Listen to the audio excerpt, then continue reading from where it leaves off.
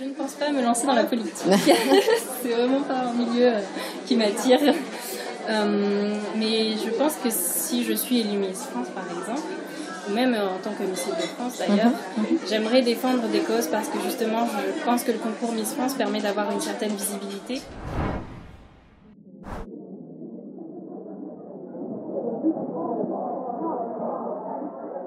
Alors, Evelyne, peux-tu nous parler de tes motivations concernant ton inscription au concours de Miss France?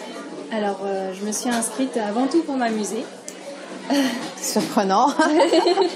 Et je pense que le concours de Miss France, c'est un concours qui permet aux jeunes filles de participer à une très belle expérience, qui permet de mettre en avant ces jeunes filles. Et ça leur permet aussi de pouvoir obtenir une certaine notoriété qui pourra leur servir à défendre des causes ou des associations. Donc voilà, mais au départ c'était vraiment juste pour m'amuser. Quand j'étais à La Réunion, j'ai participé à un concours de beauté Miss Asiane. Donc c'était pour représenter la communauté asiatique de La Réunion. Et c'était des amis qui m'y avaient inscrit. D'accord. Et j'ai beaucoup aimé l'expérience, donc j'ai beaucoup aimé défiler, être avec les filles, rencontrer plein de monde. Et je me suis dit, pourquoi pas tenter le concours Miss France, qui est à une échelle un peu plus grande. Mais à l'époque, j'étais au lycée, donc j'avais 16 ans. J'étais un peu jeune et le concours Miss France, il faut avoir au moins 18 ans pour s'inscrire. Donc après, comme j'étais au lycée, après j'ai fait mes études en classe préparatoire, donc ici en Île-de-France. Et j'ai plus du tout pensé à participer au concours Miss France parce que j'étais vraiment dans mes études et pour moi c'était vraiment juste pour s'amuser au final. Et est-ce que c'est une décision que tu as prise un peu toute seule ou est-ce qu'on t'a un peu influencé, poussé, encouragé dans ton entourage? C'était de ma propre volonté. Après, j'en ai un peu parlé à mon entourage, à mes sœurs. Je leur ai demandé est-ce que, d'après vous, je pourrais participer au concours Miss France. Puis elles étaient dit vas-y, pourquoi pas. Au final, c'est une belle aventure en fait. Donc pourquoi pas. Mais c'était d'abord de ma propre volonté. J'ai appris que donc, tu étais ingénieure, c'est bien ça. Et en dehors du concours Miss France, à quel destin professionnel te prépares-tu? Alors oui, donc j'ai fait 2 ans de classe préparatoire. Au départ, c'était vraiment juste parce que j'aimais les études scientifiques et je ne savais pas exactement ce que je voulais faire plus tard. Donc les classes préparatoires, c'était assez général. Pendant ce temps-là, donc, j'ai réfléchi à ce que je voulais faire et je me suis dit le bâtiment, ça m'intéresse parce que j'aime bien m'interroger sur comment sont faites les choses autour de moi et vraiment les bâtiments, les ponts, je trouvais ça assez impressionnant. Et je me suis toujours demandé comment on les construisait. Donc c'est pour ça que je me suis lancée dans des études de bâtiment. J'ai fait une école d'ingénieur dans le bâtiment. Et j'ai obtenu mon double diplôme donc l'année dernière avec l'Université de Californie de Los Angeles. Félicitations, c'est admirable. Voilà, donc c'était plutôt un destin d'ingénieur dans le bâtiment. Très bien. Alors, j'ai pu lire que parmi les causes qui te tiennent à cœur, tu as l'intention de te battre pour la valorisation des études scientifiques pour les filles. Alors, est-ce que pour toi, déjà, les filles sont prédestinées à un cursus littéraire, langue, etc. Est-ce que c'est pour ça, d'abord, en premier lieu? Je ne pense pas que les filles soient prédestinées à un cursus littéraire, justement. Mais je pense que la société ne parle pas assez aux jeunes filles en leur disant vous pouvez aussi faire des études scientifiques. Moi, quand j'étais jeune, il y a très peu de gens qui m'ont dit tu pourrais devenir ingénieur. On m'a toujours dit qu'est-ce que tu veux faire plus tard? Tu peux devenir professeur, tu peux devenir avocate ou même des métiers assez réputés au final, mais pas scientifique. Oui. Et il n'y a que mon père qui m'a poussée à aller, ma mère aussi, mais plus mon père, qui m'a poussée à aller vers les études scientifiques et qui m'a dit ingénieur, c'est un bon métier, il faut que tu regardes. Donc c'est comme ça que j'ai commencé à me renseigner en fait sur le métier d'ingénieur parce qu'on n'en parlait pas trop. Moi en tout cas, on m'en a pas trop parlé quand j'étais jeune. Et sous quelle forme en fait tu pourrais sensibiliser justement les jeunes filles je pense qu'il faudrait justement en parler même au collège parce que c'est là où on commence à se demander ce qu'on va faire et du coup à intervenir dans les classes et faire des petits ateliers pour juste leur exposer ce qu'elles pourraient faire parce que je pense que les jeunes filles n'imaginent pas, c'est juste quelque chose qu'on leur a pas dit qu'elles pouvaient faire et du coup ça leur vient pas à l'idée. Oui, je pense que au niveau familial aussi il doit y avoir une influence involontaire.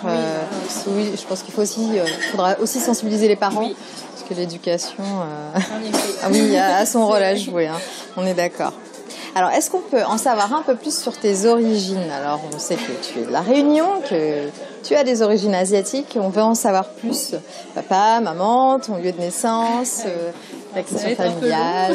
Allez, on s'installe. Popcorn. Alors, déjà, on va commencer du côté de ma mère.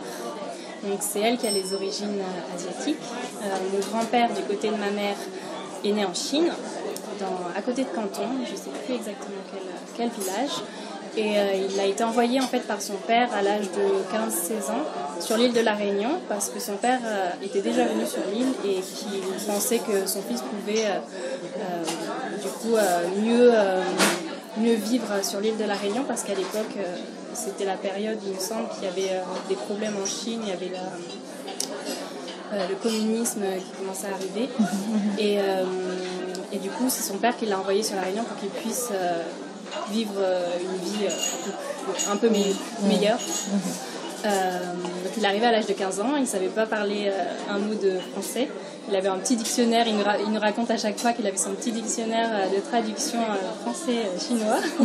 Il s'est débrouillé comme ça, donc il a été accueilli par la communauté chinoise de l'île, qui est quand même assez conséquente. Oui. Et du coup, il a travaillé dans des petites boutiques chinoises et voilà. Et après, il a eu ma mère avec sa femme qui était d'origine chinoise, mais qui était née à La Réunion.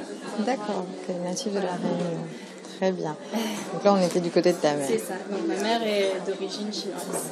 Et ton père, Et mon père est d'origine réunionnaise.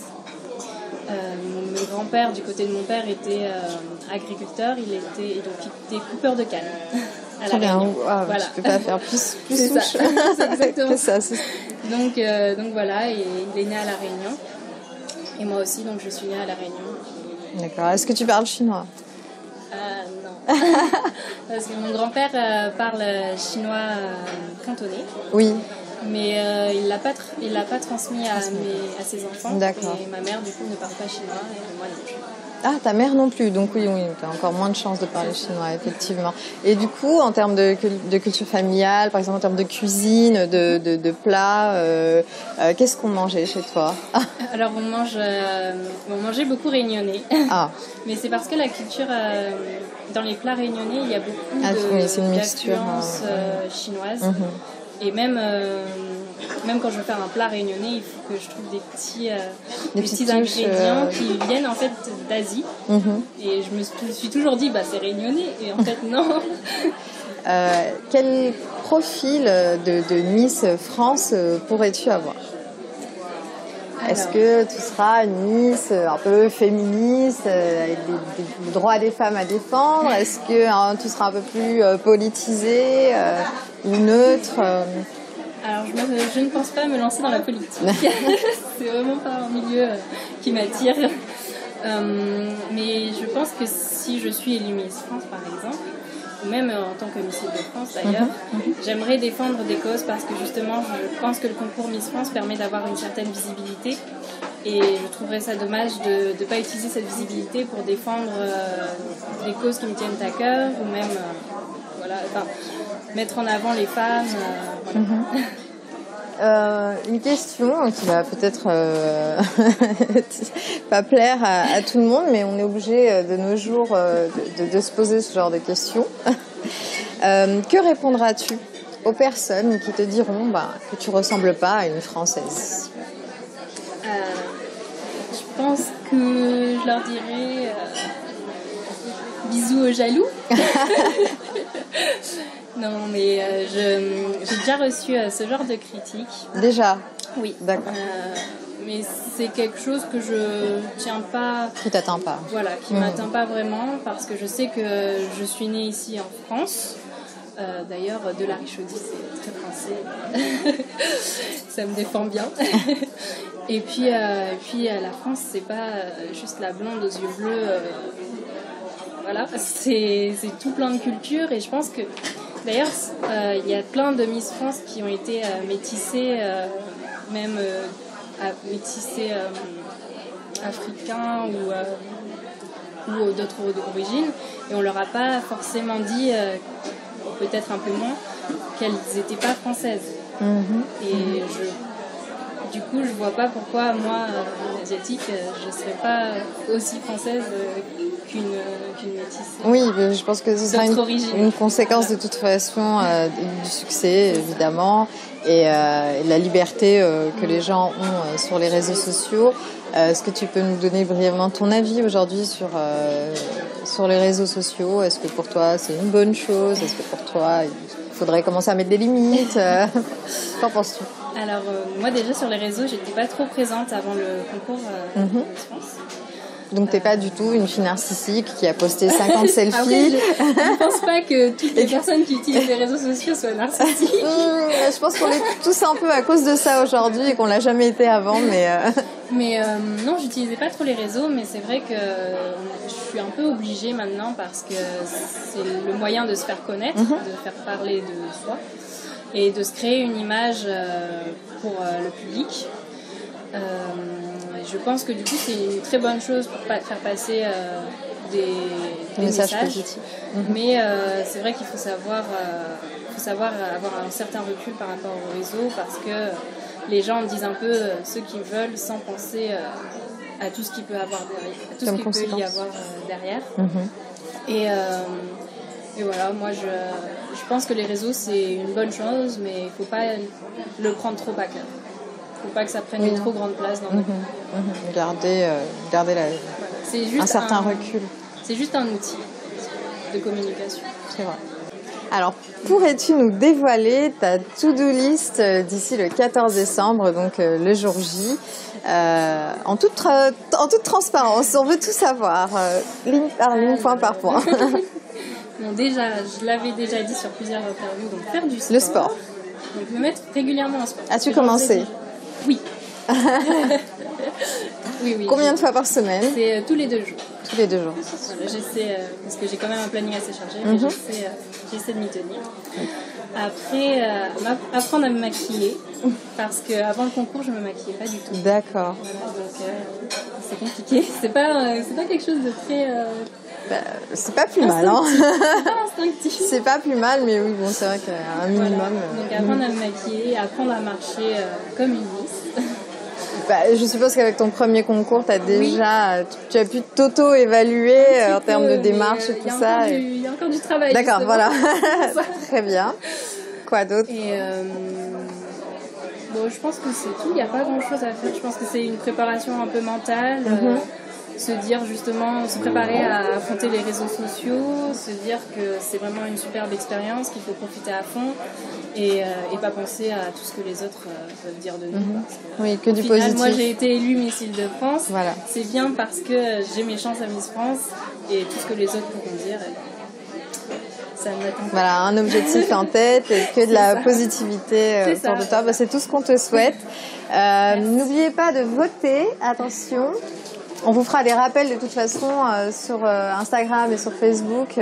On est de tout cœur avec toi. Merci. Et on te souhaite que le meilleur. Merci beaucoup. Bon courage.